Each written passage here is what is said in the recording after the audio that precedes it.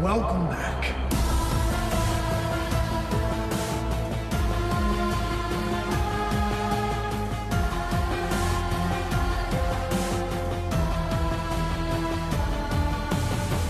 I was very happy when they announced they were making a sequel and knowing that Emma was going to be back and Piper and Elizabeth and Matthew.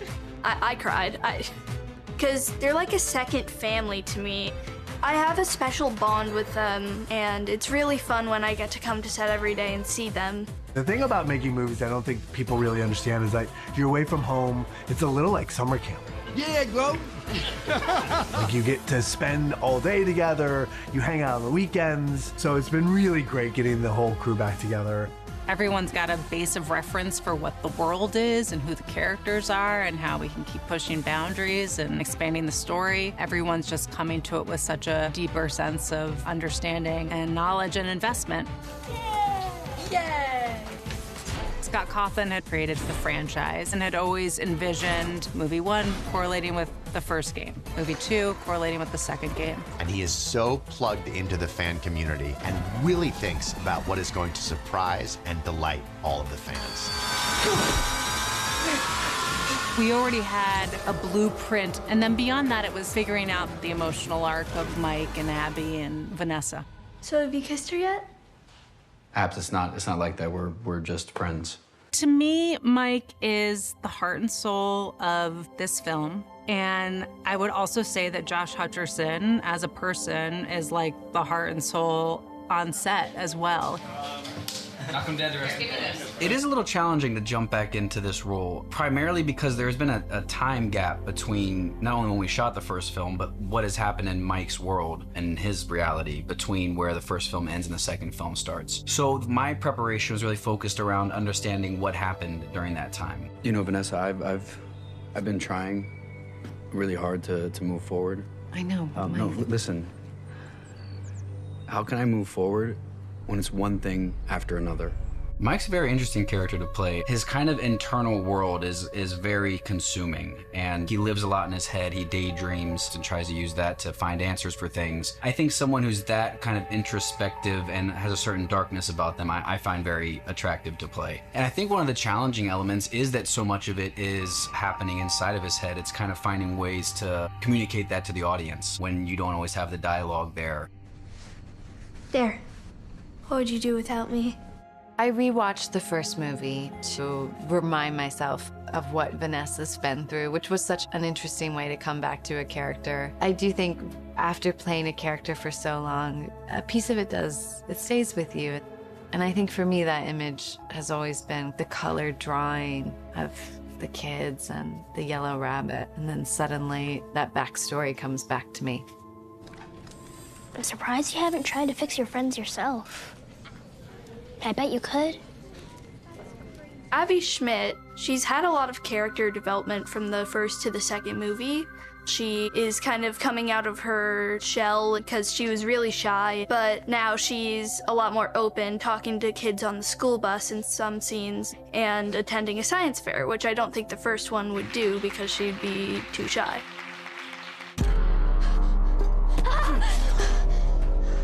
You will always be mine. One of the most interesting things about playing William Afton is his transformation. In the game and in the movies, he is basically the center of evil for the entire universe. And when you think of evil, you think of Matthew Lillard. I love working with Matthew because he gives 110% to whatever he's working on, and he's having to wear this large animatronic suit, which I think kind of immediately puts him into the headspace of this really dark, evil character. And Matthew's such a lovely, kind-hearted man. It's impressive to watch that switch. You can't keep me here. Don't you know you're my favorite?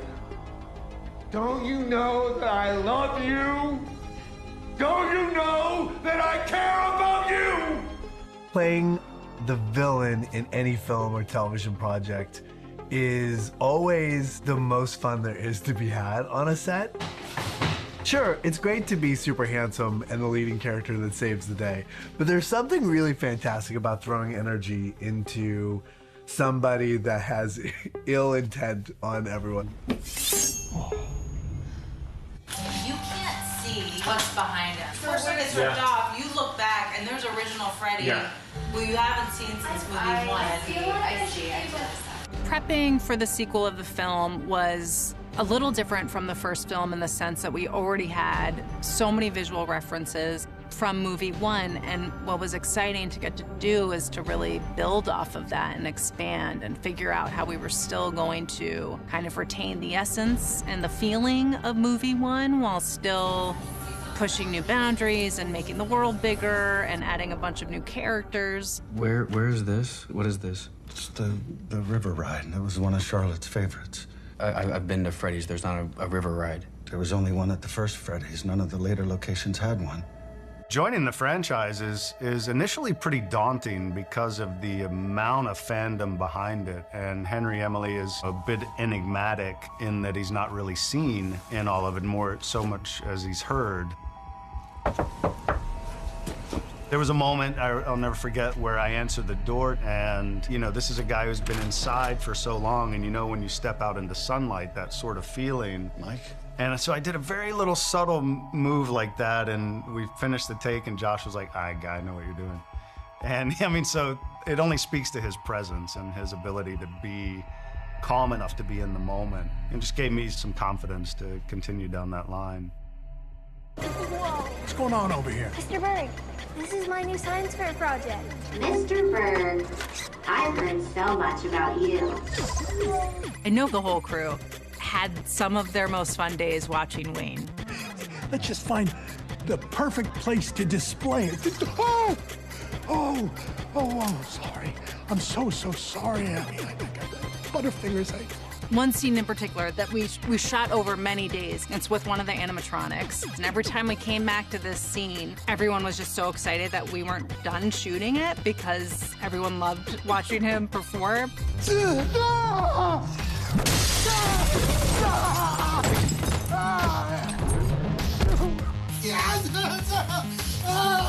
I look at these horrifying moments as real moments.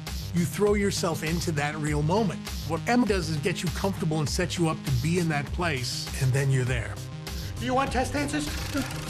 I gotta give you answers to the next test.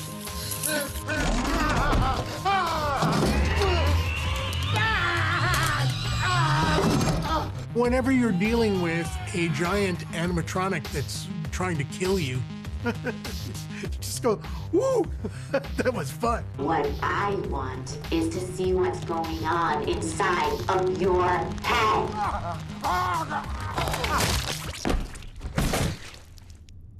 And action. Knock, knock. Hi, sis.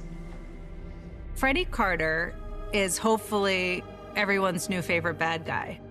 I think the most interesting thing about playing Michael as an actor, especially, is that there's so much mystery around him in this film, and we're not sure about his motives, we're not sure really who he is for a lot of the film, and so playing with sort of how much you give away to the audience, that's been really interesting. You can have a normal life. We can have a normal life. Vanessa, is that what you thought?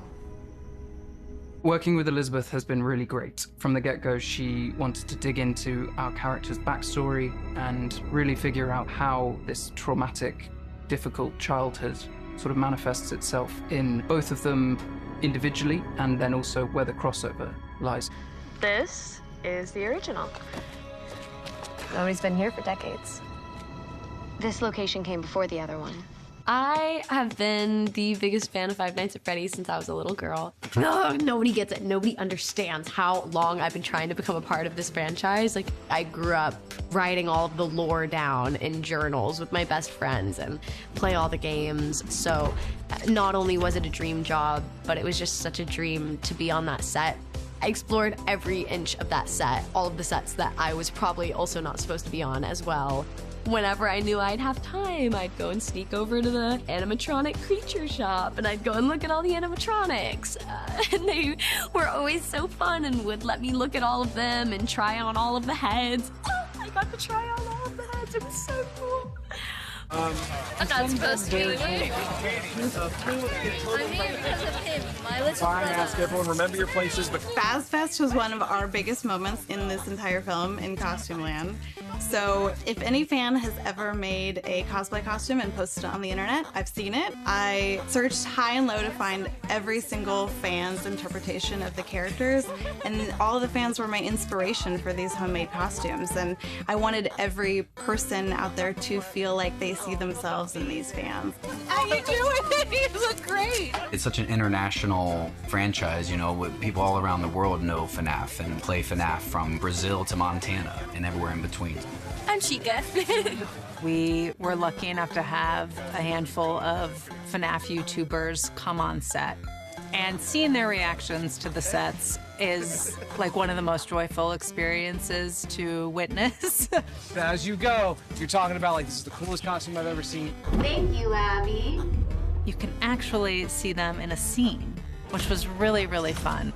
There's so many things to love about the first FNAF movie, but my favorite thing is probably the animatronics. Seeing them come from the game and just being flat images on your screen to then seeing them in full 3D life, now coming onto the set and seeing the FNAF 2 animatronics and seeing them in action, it brings a fanboy's face just a big old smile.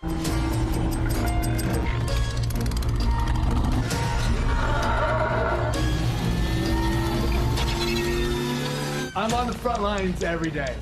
And the thing you have to know is you're making movies that matter so much to millions of little kids. The result is like so palpable in this universe. So thank you for your work. Thank you for having me back. And I can't wait for the third one. It's always nice when you do something and you put in the hard work and people show up to watch it. It's very cool to be a part of something that connects on such a big level. This is the magic of where we are now in terms of horror. Blumhouse has done it better than anybody. And the idea is to create a warm and nostalgic environment and then use it for horror. Make people comfortable and then shake them up. It works miraculously well.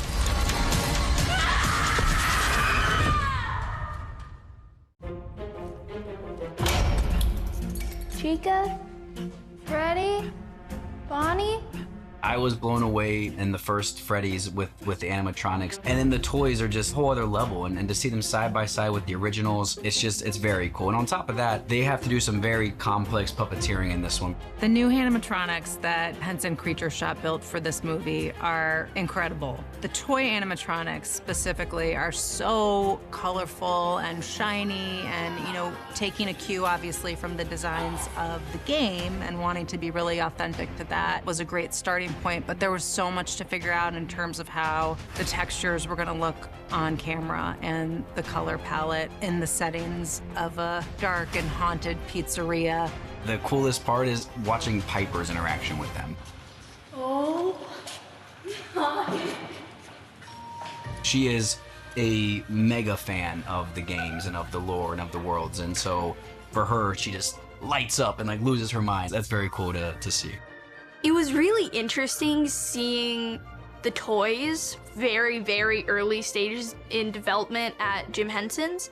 And then the first time I saw like a full one was at the science fair scene when I saw Toy Chica, and I was like, it's Toy Chica. Chica? Abby, you've come back to us. Chica.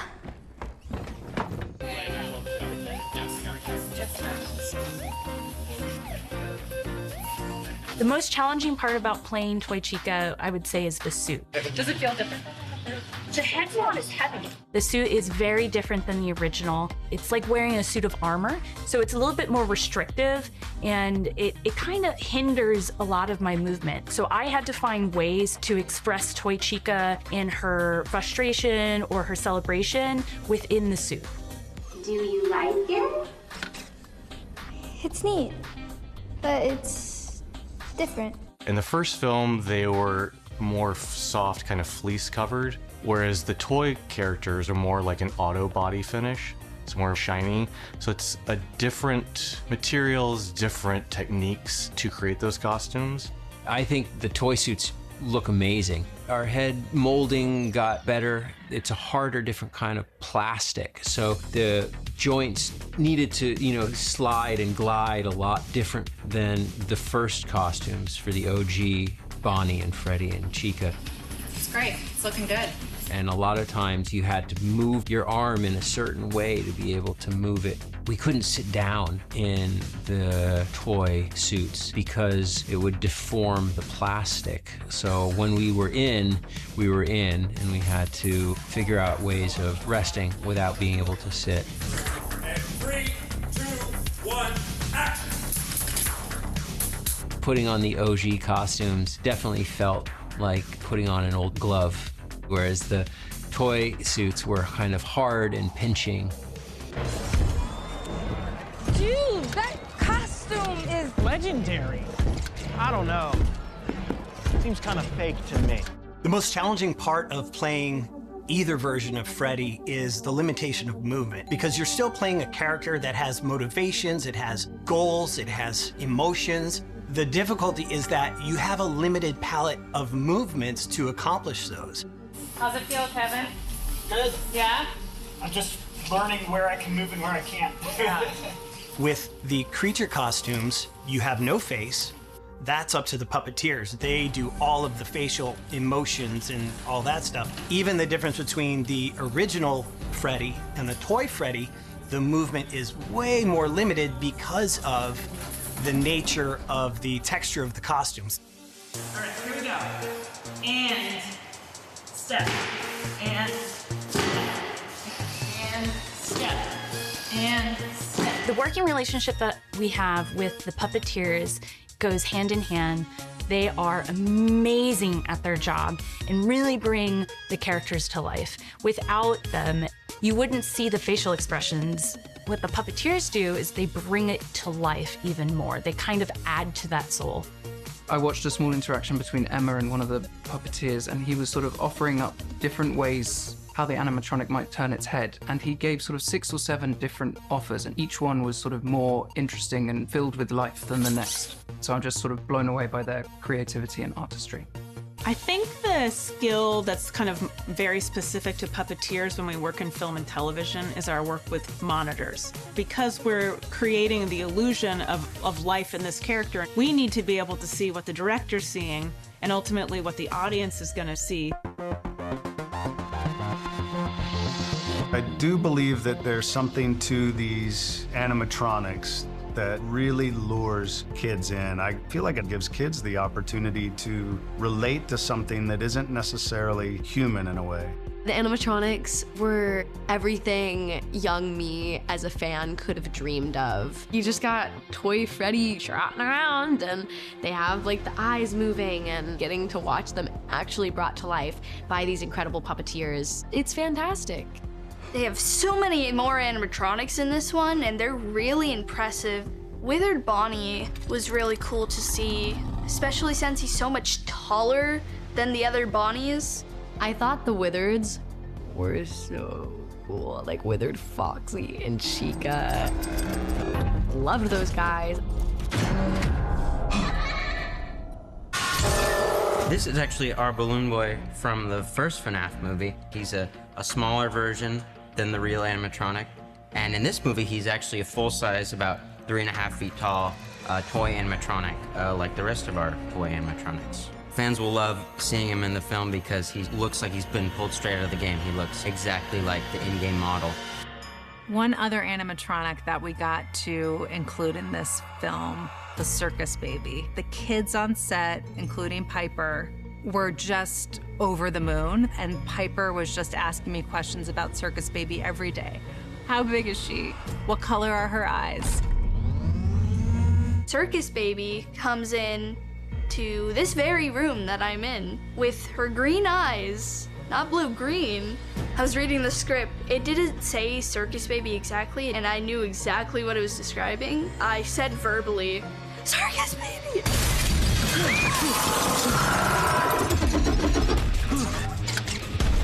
The finale sequence for this film involves so many animatronics and animatronics fighting each other and us fighting with them. They do so much more this time around. So we had to not really build them sturdier, but there was a lot of different materials that we had to make costumes out of to make sure that the stunt performers could fly through a window or get smashed. We built different versions of each costume. One of the Bonnie costumes might be the hero costume. That's very pretty, it's all hard shell. And then we have a completely different costume that's made out of more squishier urethane that can be pulled through a window, and it's not gonna hurt the performer, it's not gonna hurt the costume. When we were filming the finale, we were taking it in pieces because there was so much action, there were so many animatronics. So it was shot over the course of many days. Break their bones. Crush them. The challenges were kind of twofold. One was technical, and the other was emotional. And how do we keep our actors feeling the intensity of a final showdown and also an emotional catharsis? Being an actor and just standing there in a room with 9 animatronics pretending that it's real is a very challenging, unique experience. Which is also one of the reasons why it is so great to be working with actual puppets and animatronics as opposed to something that's CG, because you have a physical thing to interact with. What that also does, though, is that makes you feel a little ridiculous sometimes. So it's finding that balance and, you know, trying to stay focused when all that's happening. Abby, you've been a very, very bad girl. This is the first time I'd seen these incredible puppeteers and performers operating, and everyone else is walking around like it's the most normal thing in the world, that a sort of 7-foot rabbit takes its head off to have a sip of water, but I was completely awestruck that there were even people inside them. For most of this film, it's felt like I was in an action movie, which is really fun. I had to personally dodge multiple animatronics. They were coming out of here, coming out of there. Back up, oh, what's that? Another animatronic. It was a lot. That was really a testament to our cast. They stayed in the moment. I think the whole sequence comes together beautifully. I feel so many things when I watch it in the best possible way.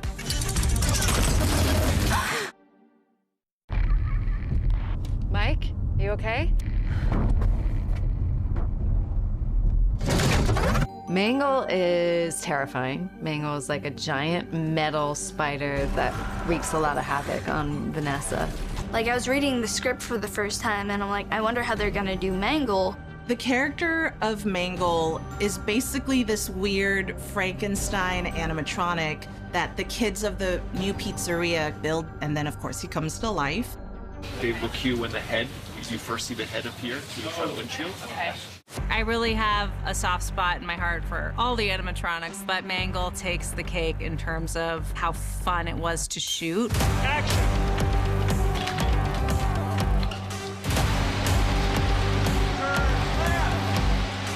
It takes every department on a film set to bring him to life.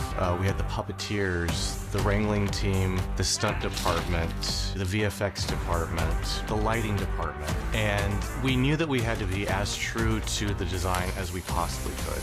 I saw some videos of how they were rehearsing the movements and how they had to be so synchronized with how the legs all move together. It's extremely impressive, and I think Mangle sits at the top of the list for me right now. Mangle was always my favorite character growing up. It's like the games. She had to be like put together and torn apart for every scene. It was really important to storyboard the action sequences because Mangle's so complicated to operate. There were just a lot of action-packed moments that we needed to be really specific about. You know, for the most part, the focus is on Vanessa, but this one could get a little wilder with the head placement. So don't worry about the B camera. You want to see our range? Yes, let's see. All right. It was one of the hardest animatronics to puppeteer. It's a massive puppet. There's 3 legs, there's 2 arms, there's a hand that's part of the body, there's 2 heads. So it was exciting and daunting at the same time. It takes about 9 of us to puppeteer, and we have people behind the camera with remote controls, plus 4 stunt people to hold the lines to help support him. That is a lot of performers to come together to sort of coalesce into a unified character. And 3, 2, 1, action.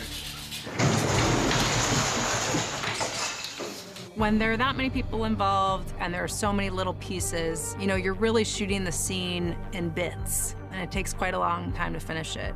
And then the VFX team comes in and digitally removes the puppeteers and the strings and creates this larger-than-life character that, in my opinion, will be the showstopper of the movie.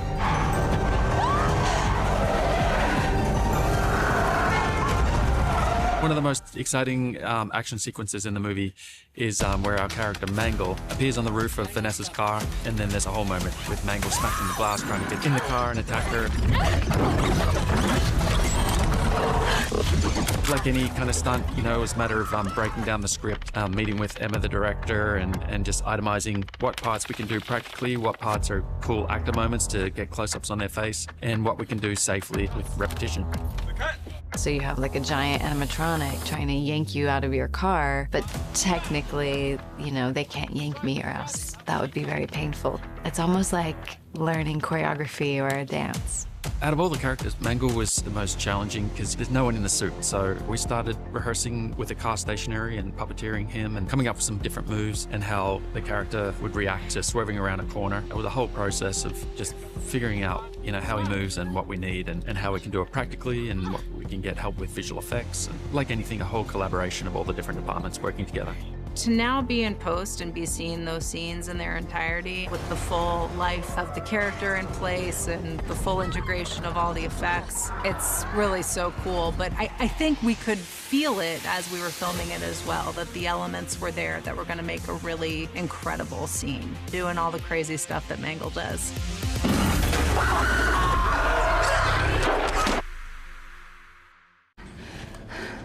I don't understand. Are the ghost kids here now? No, there's just one ghost here, and the Marionette. The Marionette is terrifying.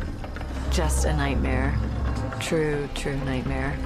Unlike the traditional animatronics that feel mechanical and physical, the Marionette moves with this haunting, ethereal quality. It was a whole new thing to figure out, both in terms of its design and its puppeteering. It was one of the most exciting elements about the sequel film, both in terms of story and design, I think. It was also very different than any of the other animatronics, so it was this whole new thing for us to really discover together. Seeing the Marionette was really crazy, especially as a fan, because she's really tall and noodly. All the other animatronics, you know, they're like stiff, like In its anonymity with how the face is very unanimated, it alone is creepy. And then you bring the elements of the story into play where it's able to possess and manipulate the heroes in a manner that changes both the marionette itself and the character that it's possessing. All the other characters are supposed to be animatronics. You know, they're supposed to have servos and cylinders and metal inside of them. Whereas the marionette is more of an actual puppet, and that's how we made it. What's unique as a character in this world that she sort of like, she floats. She really kind of operates, well, literally off the ground. So that was really exciting from a puppeteer point of view to approach performance that way. The way the marionette is operated is it's different for each scene. We have one that's RC controlled, we have one that's cable controlled. The one that we mainly use is a rotted puppet, and it's just like your typical traditional puppet would be puppeteered on set. It's just a big foam puppet, and then there's 4, maybe sometimes 5 puppeteers that actually physically, you know, make the limbs move. Sometimes the limbs are attached to the actors. The marionette in particular utilizes pretty much every type of puppetry that there is. We used a lot of rigging to hang the marionette up, but then you had to have a puppeteer below deck. You had 2 puppeteers on either side of the marionette, and then you had a rigging team that had to hoist the marionette, let it down. It required like 7 to 8 people at any given time to operate the marionette. It was an all-in effort. No! If you don't give me the command to release the perimeter lock, I will kill her. My scene with the puppet was so cool, and all the possession stuff, and all the stunts, and all the flying around, and the makeup, and the wardrobe. Me being the big nerd and fan that I am, getting to look like this animatronic and walk around and like be all creepy and freaky was so crazy. And so were like the little puppet hands I got to wear. It was rad. It was like a weird little contraption that I'd like have to hook my fingers in, and then the tail end of my puppet hand would like move. And the fact that Emma let me sneak in one of the puppet's voice lines from the game. I don't hate you, but you need to stay out of my way. Ugh. Crazy. Charlotte? No, silly. It's me, Abby. So being the Abby-Annette was really crazy. It was really fun embodying Charlotte, and I actually got to talk to the actor who plays Charlotte, and she gave me some like insight into what she thinks Charlotte's thought process is, and her thought process to become Charlotte. I'm thinking painful thoughts. When Piper is in her Abby-Annette mode, it is a sight to behold. She goes all in. She stays in character. She just wants to scare the hell out of everyone and is intense and intimidating and embracing that side of her. When I was in the Abby-Annette headspace, I wouldn't get out of it. So I'd go back to my chair and I'm just like, You know, Vanessa, I've always wondered, what exactly goes on inside of your head? The Abby-Annette does this evil laugh that I just did on the spot for fun, and they loved it. She was actually continuing to have this maniacal laugh offset. So as she was prepping and getting into character in the makeup trailer and getting her hair done and getting dressed, this crazy laugh was happening throughout the whole time. So it had everyone on edge and feeling so creeped out in the best possible way. You really think I'd forget the first rule of hide and seek? Always check behind the door. Piper playing the Abby-Annette was a huge process for us, for sure. You know, it was all about getting the colors down right, the placement of everything, and making it to where it was more creepy instead of playful, or making sure the eyes looked sad. Because, you know, Charlotte possesses her, and the whole time Charlotte's very full of emotions. We do this one scene where she has these tears running down her face. So when we were creating that with Piper, we had to make sure that everything was also very sad feeling. The placement of her eyes, the placement of her smile, things like that. My favorite costume that Piper wears is her final costume, which is this beautiful striped sweater.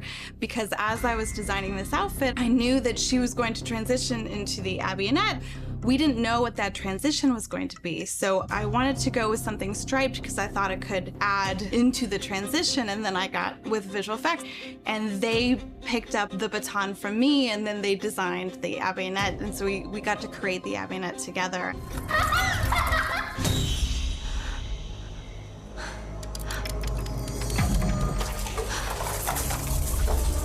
Well, I get possessed by the Marionette, sadly. Vanessa has really lost everything. For me, it was very heartbreaking to have that kind of evil energy and feeling is terrifying.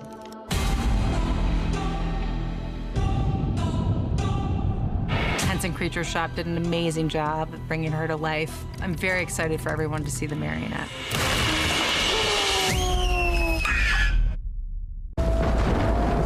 Why do we have to do this in the rain?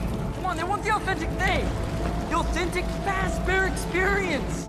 One of the great things about being on a big film set like Five Nights at Freddy's is that the work that they do to develop the world, the environments, is incredible. On the first film, the pizzeria was like every corner was detailed. You know, the ball pit, the games, all of it was built by hand by these incredible artisans. The exciting thing is that on this film, they've done it again, and they've gone even bigger and better. The sets are so one-to-one with the game. You step on it, and you're in a new dimension inside of the game.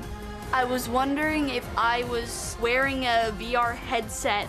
The new pizzeria is crazy. I was blown away with the Freddy's 1 pizzeria, and this one just like upped the stakes so much. I mean, there's a river, there's like a merry-go-round. It's like 2 times the size. It's very impressive. There's a gondola, and there's, you know, I mean, my God, I couldn't believe it.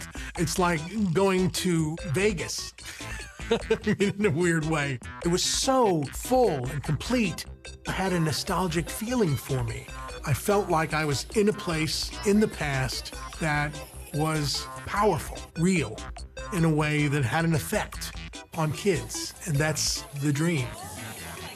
It was exactly the kind of place I would want to be as a kid. It was kind of bright and colourful, and yeah, I was blown away. And then a few weeks later got to see it aged and decrepit. It really just brought to life these fantastical little places that I've grown up always wondering what they'd look like in person.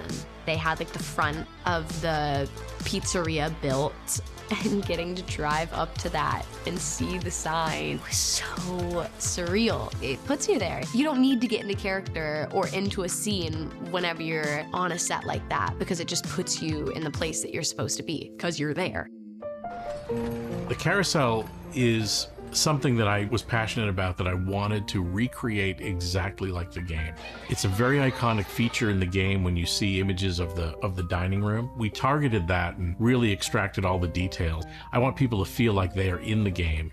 There's like a little boat ride. Some days whenever I was doing my little exploring, you know, I would go down the tunnel and I'd have my flashlight out and I'd be looking around, and the walls are like lined with these tiny little freaky marionette guys. Ugh, freaks. They're so scary. It was terrifying and dark and really cool, but really scary.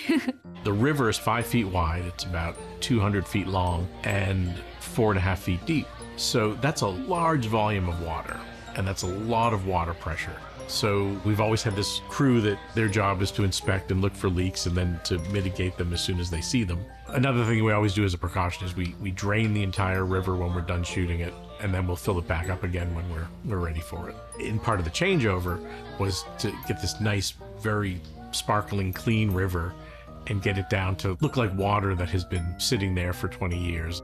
Draining it in between, I got to really sort of rust out and algae up the walls inside, and then special effects had different tests they did with the dye in the water to make it look older and murky and cloudy, but it's all just vegetable dye, so it's pretty safe. We have water safety on set because there are boats floating on a river on a set, which is pretty extraordinary. Fair warning, this place will prey on your imagination if you let it. The production design team did such an amazing job of making the sets feel like a character in the film. And it really helps as an actor when the sets are so sort of lived in and full of life themselves. Awesome. Music box set is wild. I don't know what I was expecting. When you read a script, you know, you have all these images in your head. It was really exciting. I think anytime anyone walked into that music box room, there was a little bit of a jaw drop moment. When I first saw it, it was still being worked on and there were kind of working lights on, and I sort of thought, oh, okay, well, that's impressive, but I don't know how scary that is. And then when I filmed in there, you didn't really have to pretend to be scared. I wanted you to feel like you were actually inside of a music box with all the big gears around you and the mechanisms that would control and move things and manipulate things. And that idea spawned calling this chamber the nerve center of the pizzeria. And I decided this is a great moment to take the audience back into more of the realm of the game as opposed to just reality. It was a small set, so you walk on it and you don't feel the impact of the outside world very much. You really feel like completely enveloped. It made it challenging to shoot in, but it also looked incredible on film, so it was well worth it. It's so small, my initial reaction was, how are we gonna fit all these puppeteers in here? But what was so cool is that they actually had a bottom floor that Amanda was underneath, a bunch of us were on top, and the walls actually moved so the camera could actually get really in there.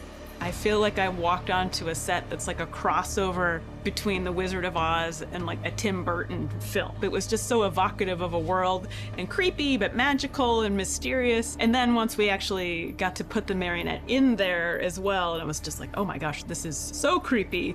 And then the tunnel and stairs leading down to this mysterious room. I just spent some time in Paris before I started this movie, and I remember going through the catacombs, and I was very inspired by their look and their textures and their shape. So we have a little bit of Parisian hallways.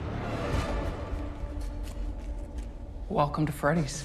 The Fnaf fans are like pro Easter egg hunters. It's incredible. They might even see things there that we didn't even know were Easter eggs, which is impressive. The one thing I learned about Easter eggs is you have to put in quite a few because you never know where the camera's going to be pointed. You never know what shots are going to be trimmed to what and what's going to end up on the cutting room floor. So you want to make sure that you have enough in there so that they remain in the movie. We would put things like refrigerator magnets on the refrigerator that were very specific to the game. We have a cupcake on the refrigerator facing you when Debbie's mother opens the refrigerator and then closes it to reveal Bonnie standing behind her. We created a little podium for Will Afton that would have a microphone and some controls that would start the show. And on it, we created a little miniature Showtime button that is replicated of the Showtime button that we saw in the first film, which was next to the stage, which we would presumably push to start the show.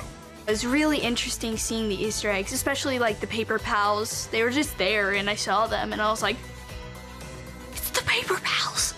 The Paper Pals paper plate characters that we constructed exactly like what's in the game.